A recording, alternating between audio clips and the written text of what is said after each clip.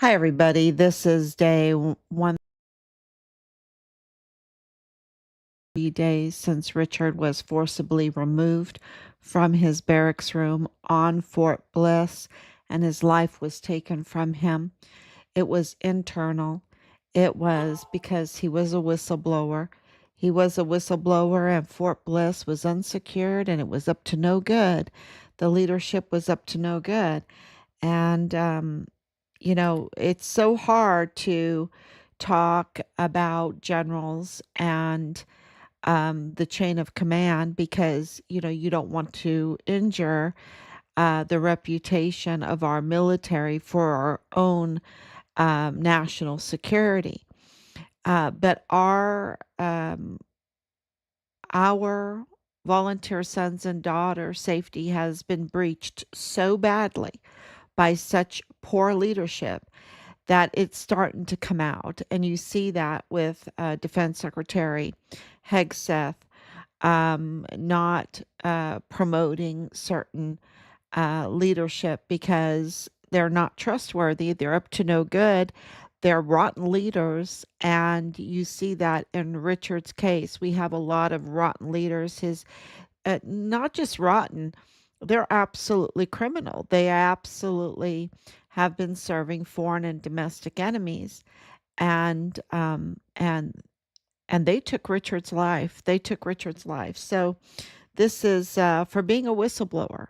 Not only that, they abused their power by using the UCMJ to try to silence him. So they used their power, the tools that we've entrusted to them, to use it as weapons against their own soldiers.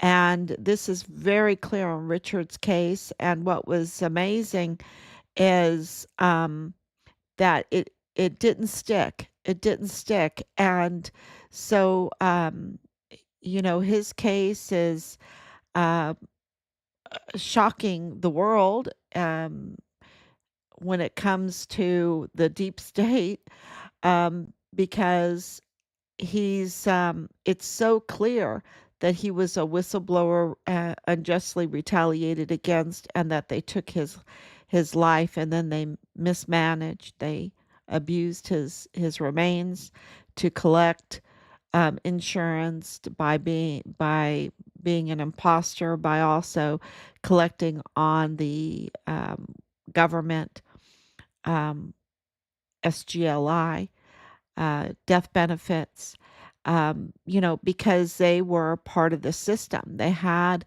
people and part of in the system, and they had perfected their con job, their fraud on the American people. And so this is a really, if Richard would have done any little thing wrong, he would never have gotten the in the line of duty, that he was murdered in the line of duty.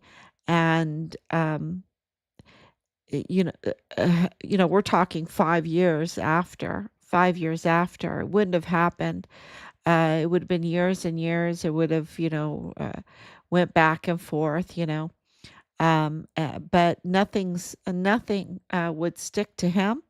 He's a Teflon whistleblower, and they just couldn't discredit him.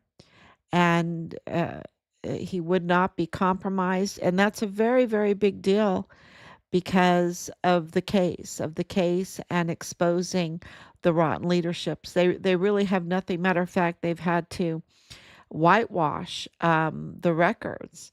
You see them whitewashing the records because of what they did is so criminal that it really, from our point of view, we put the death penalty right on the table for this one. We put the death penalty big time. The only thing we put on the table is the death penalty for those that did this to our son and to the American people.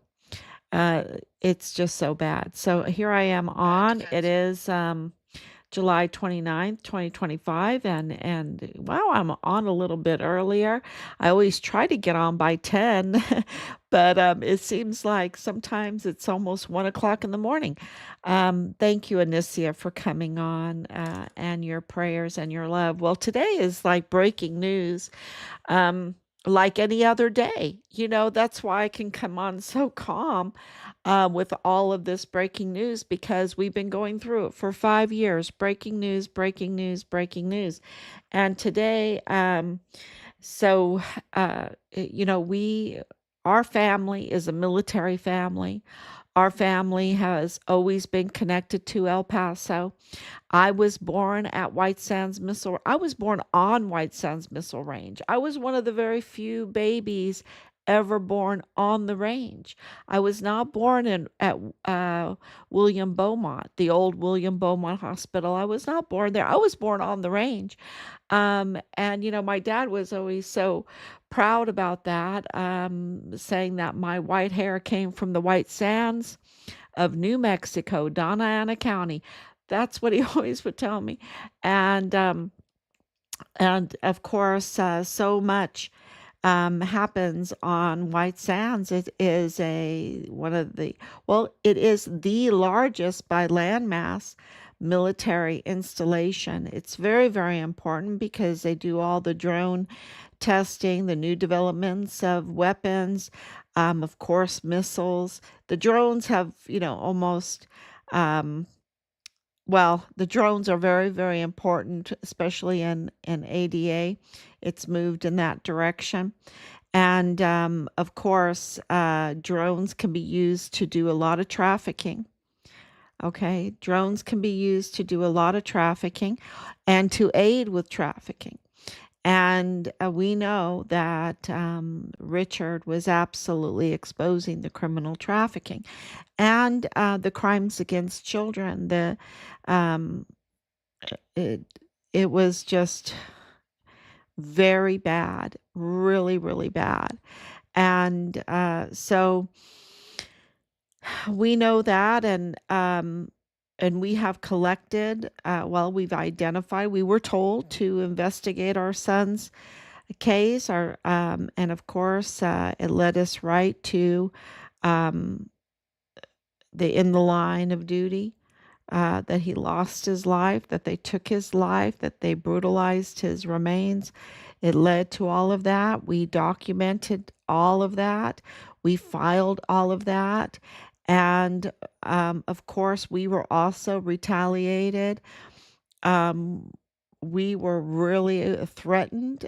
Things happened behind the scenes people don't, uh, couldn't believe the way that the attack dogs come after you. And I think Glennon Oakley Jr. is a very good example of that. If you haven't watched both the August 3rd, 2019 video and then the August 4th, 2019 video, they're both on YouTube. I've posted them. But it really shows you how the attack dogs, how brutal they are. And we were victims from that, and threatened and harassed for months, y'all, months. Really vile and vulgar.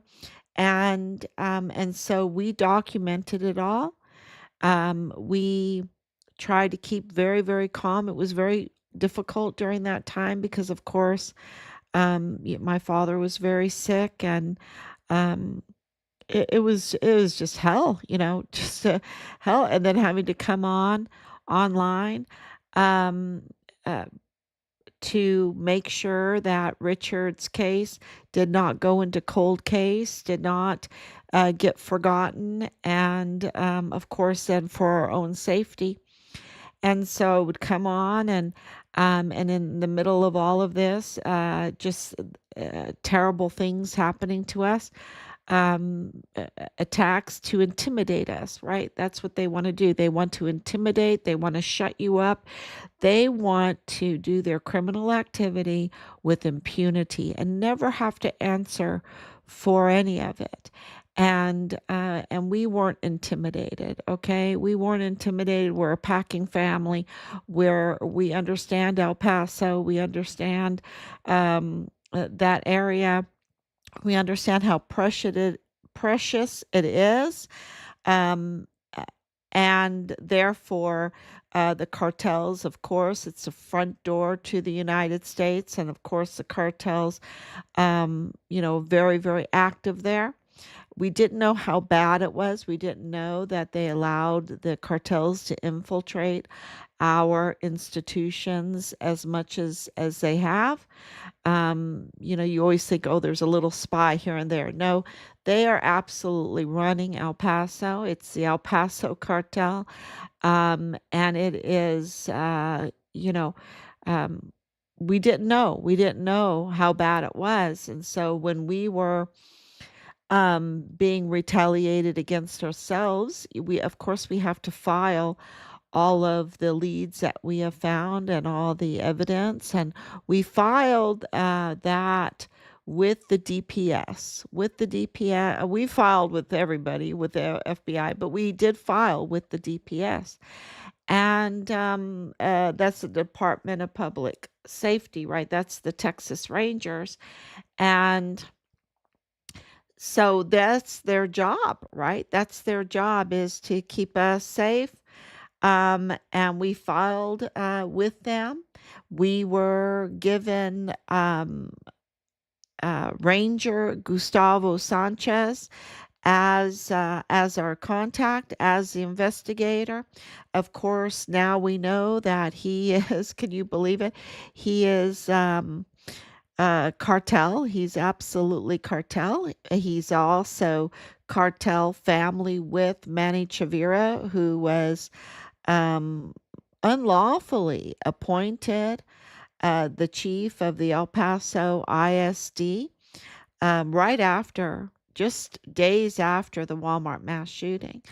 And of course, Manny Chavira, and being cartel and being up to no good, um, also has the ANR Chavira Auto Group, which targeted Richard. Okay, they targeted Richard and trafficked Richard's vehicle. So, also, Gustavo Sanchez, Ranger Gustavo Sanchez, who is appointed to us, is also family. They're all family with Nadal Baim, the father-in-law of Lieutenant Colonel Bradford Bugado, who is a Palestinian arms dealer with a record, and up to no good, right? Up to no good, and who also said that Richard's remains were found in Mexico, and that's important because it turned everything um, international, and they protected him. The generals protected Nadal Baim and Bradford Bugado and lied to our face about who he was. It's just so disgusting. But he's family with Gustavo Sanchez, the DPS agent Ranger that was assigned to our case, and also Manny Chavira, who targeted Richard before Richard's life was taken. So they all knew who Richard was, and they were covering up, right? And they're absolutely tied to family with Willie Moya, who lost his life too, execution style, with Arturo Alba. Also, Cartel also lost his life. Was arrested with Luis Rene Diaz, who is also Cartel, but he was appointed with Bill Hicks to run the DA's office, right? To run the DA's office when we're trying to get an investigation going on our son's case with all the evidence that we have. So, um, it is just wow, right? But I really want to focus on the DPS, because who's in charge of the DPS? Who's the head cop? Who's the top cop? The top cop is director Jose Sanchez, right?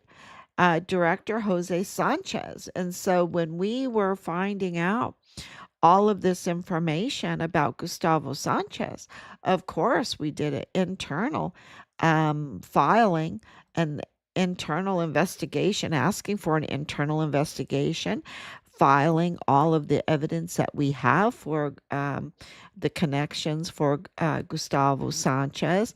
And we handed that into um, several, but one of them was director Jose Sanchez.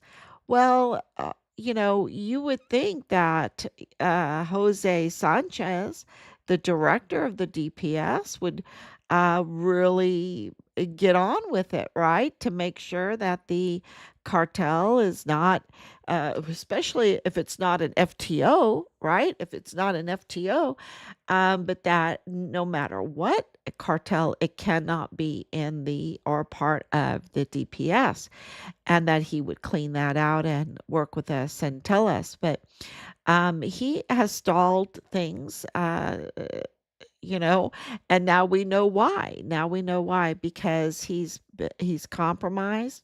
There's a lot to this picture that we just posted where director Jose Sanchez is getting very frisky, and we have, the picture doesn't show how badly it was, but he's getting very frisky with this woman in the parking lot out in public, in the, during duty hours, wearing his badge, wearing his gun, driving his taxpayer funded DPS vehicle.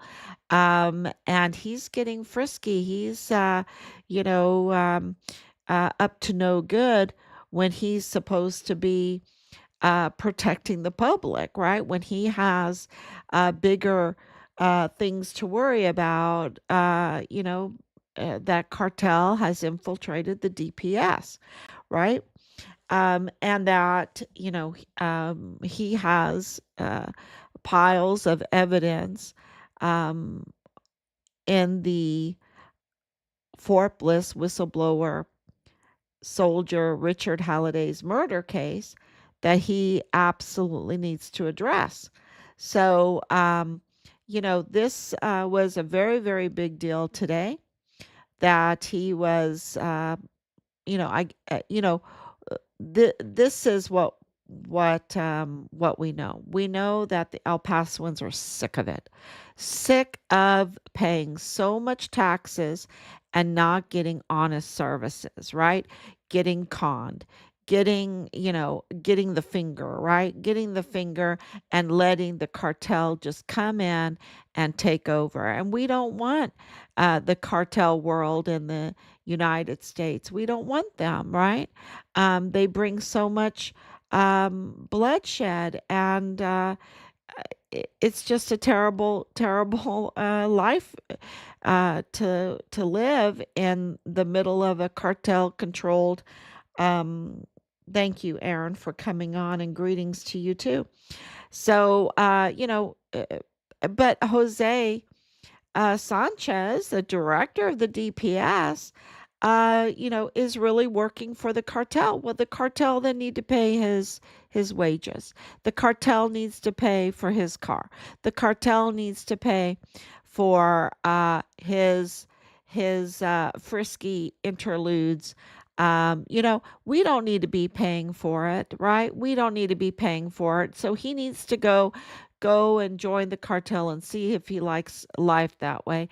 Um, you know, and because a lot of these big cartel people, they all have visas to live in the United States. They live in El Paso, okay? We know that they live in El Paso, bank in El Paso, and but go over and wreak total havoc in Juarez, and now they're wreaking havoc in the United States. And where they, where they're supposed to be living, and where they're like, even the uh, government officials over there will live over in El Paso, Texas. You know, And it's just it needs to be addressed. It needs to be addressed. So that's why we are fearless, and we posted it up. We posted the picture of him with this, not innocent lady at all. There's more to it. There's more to this story because you know how I've been saying that they allowed, like, the Command Sergeant Major Jake Jakovitz, who now works for the boys, the YMCA, right? He works for the YMCA, and he shouldn't be anywhere near any young person. He should be arrested, in my estimation, and worse and worse, because he is absolutely has worked for the cartel's sake and not for his soldiers' sake. But he told us to our face that they were bringing the young girls in to party with the soldiers. And we knew from being on the street there for months, on the corners and talking to people, that those girls were young, that those girls were bringing in, they were bringing in substances, right? They were had packages, I guess. They were bringing in substances to the barracks, and that they were filming. They were filming, and the reason why they were doing that is to compromise the soldiers. There was a lot of alcohol. They do not take underage drinking seriously.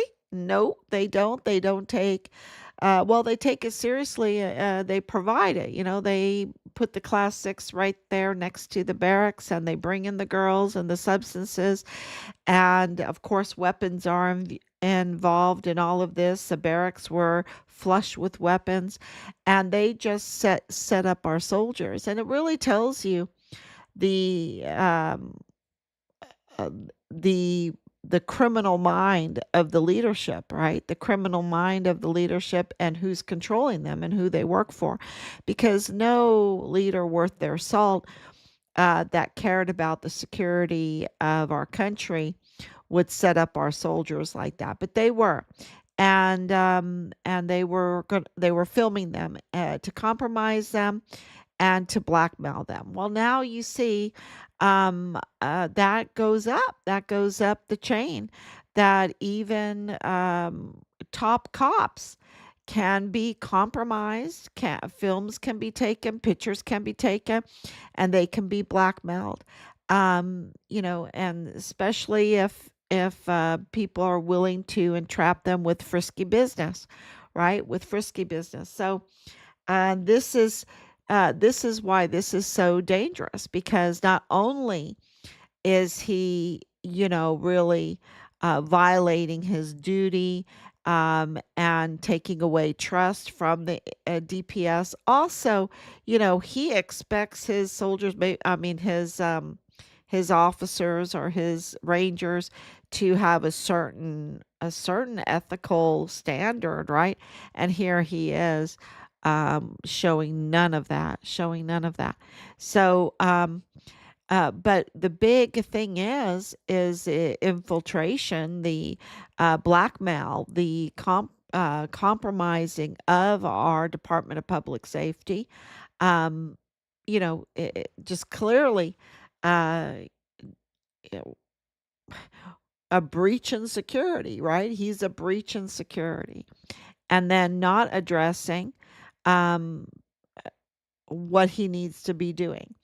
The other, um, the other important information I think everyone should know is that uh, the recent revelations or releases of these videos of Patrick Crucius, like the interrogation or the inside of the Walmart with the woman and so on, that is from the DPS, y'all. That is from, it had to be Jose Sanchez, the top cop in the DPS, that signed off to release those. Now, those are montages. Okay, that's what we're calling them, is montages, because they have been edited. They have been edited, and they are selectively releasing them.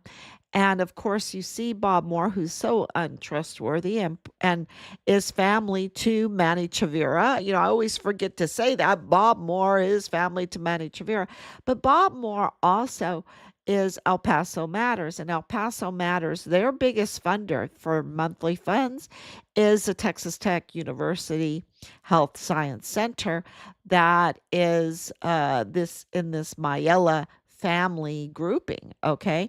Because Alexis Mayella works for Texas Tech University Health Science Center, and so does Dr.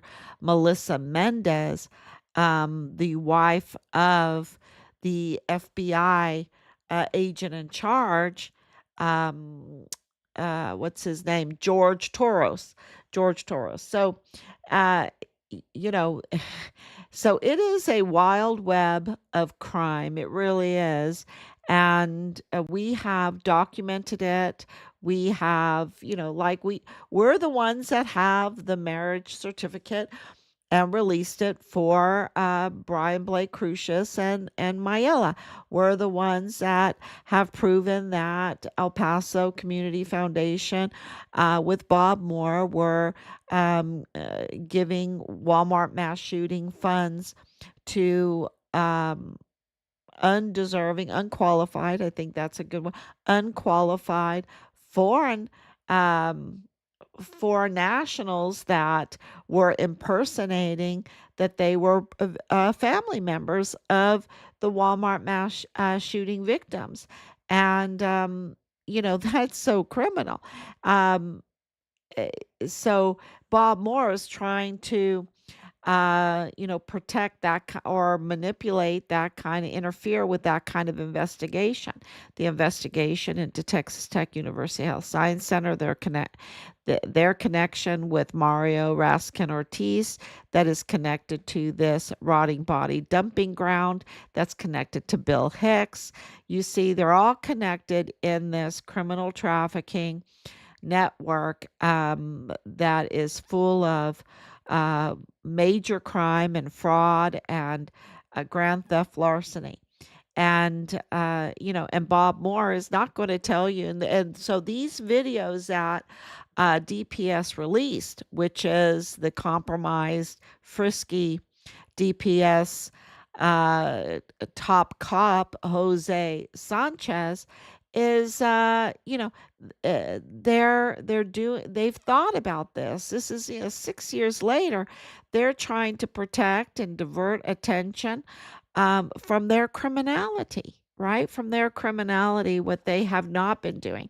And so I just posted up again the video of the inside of the Walmart. It's outside too, but going inside the Walmart that day on August 3rd, 2019, uh, before the cops even got there, okay? When the first cop entered in to that Walmart. And for everyone to take a look and to also ask yourself, what is missing? What is missing that should be there, right? When you look at that video and you're going into that Walmart, what do you see and what is missing? What should be there? We were told there was so many people there, that it was panic, that there were, people screaming, knocking things over, throwing soda bottles, just a lot of chaos because there were so many people, right? But what you see is all the aisles intact, all the aisles intact. The other thing we were told is that there were multiple victims, right? You're talking about 23 victims dead, right? 23 people dead and dozens injured. And that the big part of that was at the checkout, at the self checkout and the checkout. And in the video, what's missing? The victims are missing. Yes, you see by the front door the German national, Alexander Gerhard Hofmann Roth, you see him laying there. He's missing half his head. We have the raw video. It's really RIP. And, Christ have mercy, Lord have mercy, Christ have mercy. It's just horrible. It is really horrible. But when you look beyond him, right? Um, at the checkout scene, yes, you have him. He's one victim. It's terrible. Where are the other victims, right? Where are the other victims? They're missing. They're missing, right? And the floor is clean. And the floor is clean. And you have Patrick Crucius saying that he just stayed in the front of the Walmart. He just stayed in the front there. So that is really they're not telling us what really happened. That's what I'm saying. Where is the rush of EMTs and cops to secure the crime scene? They're just walking right over Alexander Gerhard Hofmann. They're taking pictures of him, and it, it's it's the cop just walks by. They don't give him aid. They don't try to cover him. It's really weird. You should never leave that body until you have to get reinforcement. You can't say, "Oh, well, he had to go look. He was the only one." No, because when he's the only cop, and he had to see if there was anybody else in there. Um, Look, it's just minutes. And Patrick Crucius had surrendered twice, y'all. Twice. The first time they told him to go away. So we have on a very good source, a very good source. So it's coming from inside the DPS, the information that we received. Or connected to it's a very good source that the Walmart mass shooting uh, crime scene was staged. And what do I mean? Well, they didn't secure it for 48 hours, so they had 2 days. They had 2 days to tamper with the crime scene, and we were told that it was, quote, staged, close quote. Okay. That's what we were told. And, the video that we received from somewhere totally separate, and then other videos like it that were edited, um, it, it absolutely corroborates the staged accusation, right? The staged accusation. And we also know that what they've said about Patrick Crucius, what they didn't say about Patrick Crucius and his connection with his CPA brother that worked for Ernst and Young this whole time, right there, and also the girlfriend, that the interrogation clearly that they were very serious before the Walmart mass shooting incident, the girlfriend and the brother, and that the girlfriend is not just any girlfriend, it's Alexis Mayella. Alexis Mayella tied to Texas Tech University Health Science Center, which is the biggest donor for El Paso Matters. Um, Also connected to FBI agent's wife, Melissa Mendez, Dr. Melissa Mendez, making them very cozy with the FBI agent, George Toros. Then, of course, Mayella's brother in the Walmart cybersecurity, in the DA's office with Jaime Esparza and James Bono Montoya, also in the FBI office with George Toros. That's another connection, and Jesus Eddie Nieto Jr. And then, of course, Lorraine Mayella being, in the running group with the county clerk's office, right? Um, the intake, the prisoner intake, where they took Patrick Crucius to arrest him and everything. She's, big friends with them, and also in mental health, um, giving those mental health programs and services. Uh, you can't make this stuff up. And her husband managing the very federal courthouse where Patrick Crucius's case was being heard. Uh, and I know I'm missing some other connections because this is a big deal. It's one big octopus, and the elephant in the room, Brian Blake Crucius, especially with Ernst and Young, right? With Ernst and Young, that needs to be, who did they audit? Who did Ernst and Young audit, right? What were they doing? The CPA. So, um, it, it's that's the elephant in the room, and the elephant then married the octopus, right? Married the octopus with all these connections. And Texas Tech University Health Science Center works directly with Mario Raskin Ortiz, the medical examiner, the coroner, um, and of course works with then Fort Bliss with Solomone Nusa for mortuary operations, who is the brother of the prime suspect in taking of Richard's life. Um, Former CID Tavita Nusa, who lost his badge, terminated his badge was terminated in 2021, and who was having very intimate relationship with Leilani Hart, Richard's platoon leader, Dallas Hart's mother. That she confessed and notarized her confession, that they were absolutely exploiting children in the worst type of way, and so and failed to report it and really facilitating it. So this is all connected. There was plenty of material there for Jose Sanchez, the top cop, to work off of and arrest people, work with the FBI to arrest people. He had plenty. He has plenty.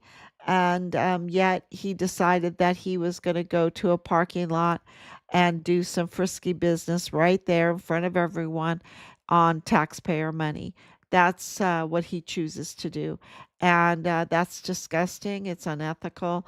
And I hope he loses his badge over it. I really do.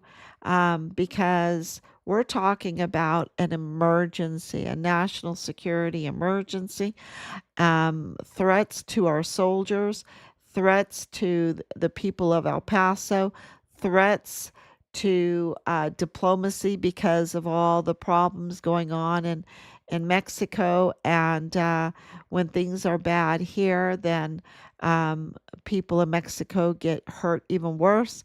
And so, this is very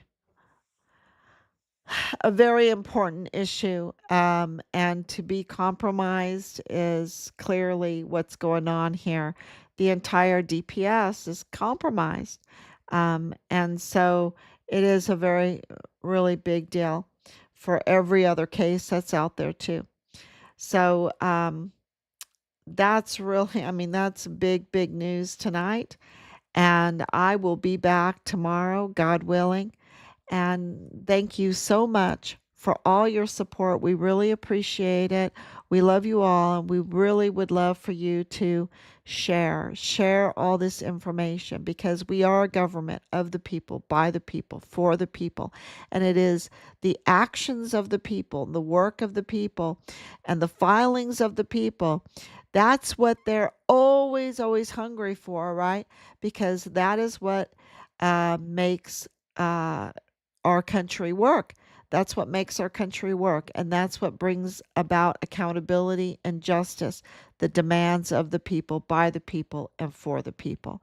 So please share all this information. And we really